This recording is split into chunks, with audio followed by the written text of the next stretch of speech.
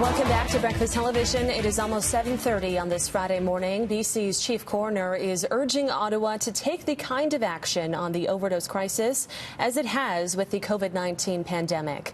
This comes after the province recorded 170 deaths from illicit drug overdoses last month, the most deaths ever in a single month. It means more British Columbians have died of overdoses in 1 month than those who have died due to COVID-19 all year. The coroner says many deaths are connected to measures aimed at managing COVID-19, like urging people to isolate. There are also concerns around concentrations of fentanyl, which have reached the highest levels since BC declared the overdose crisis a public health emergency 4 years ago. Vancouver's mayor is calling on the premier to conduct a comprehensive review of all policing in BC, and today, John Horgan is expected to respond.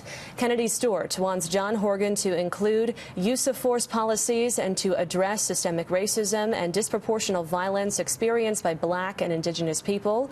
Stewart says the review should include the VPD, RCMP, and other municipal forces. He also wants to end discriminatory street checks. This is a watershed moment.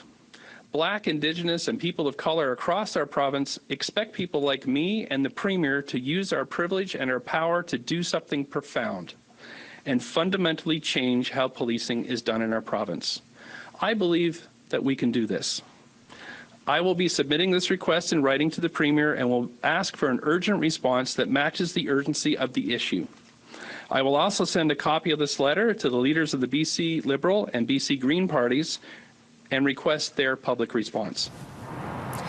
In a statement, Vancouver police say they will participate if the province chooses to initiate a review. The VPD's current budget of $314 million accounts for 20% of the city's total budget. The police board says it will not be making a 1% cut to its budget as requested by City Hall. Video of the violent RCMP arrest of the chief for the Athabasca Chippewayan First Nation is now on public record. Chief Alan Adam was left bloodied and charged with resisting arrest and assaulting a police officer in March. RCMP say Adam's truck had expired license plates. Alberta's police watchdog agency is now investigating the incident. A day after the RCMP commissioner denied the force suffers from systemic racism, the Prime Minister and the Green Party leader Elizabeth May say otherwise. Nigel Newlove reports. Systemic racism is an issue right across the country in all our institutions, including in all our police forces, including in the RCMP. That's what systemic racism is. I think the RCMP is a racist institution. The Green Party's Elizabeth May adding her voice to the Prime Minister's and calling out the RCMP for systemic racism. The comments come a day after the RCMP commissioner denied the force is guilty of such discrimination and bias.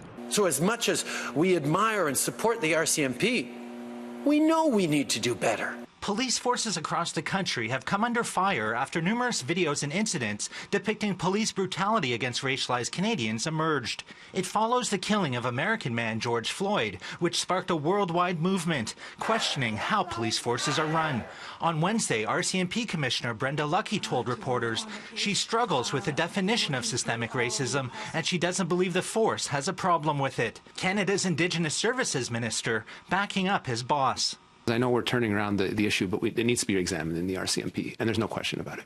May points to her own experience being arrested during a pipeline protest in BC 2 years ago as an example of the bias existing within the institution. Contrast the careful, respectful, beautiful way in which the RCMP arrested me in March of 2018 in the Kinder Morgan protests. I think the reason I got arrested nicely is that I'm white. Despite the criticism, the Prime Minister says he still has confidence in the RCMP Commissioner. He brushes off the idea that his comments will shine badly on the force. And there are people who highlight that, well, it's painting all our institutions with a negative brush and it's not being proud of the Canada that we've built and that our ancestors have built. Nonsense.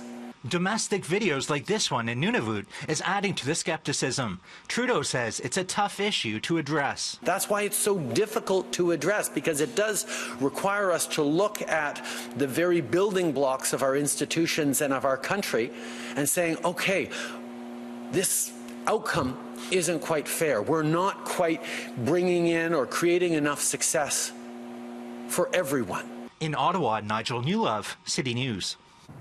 Almost 7:35 now. CityLine has confirmed they have removed a regular guest contributor after allegations she threatened to ruin a black woman's career.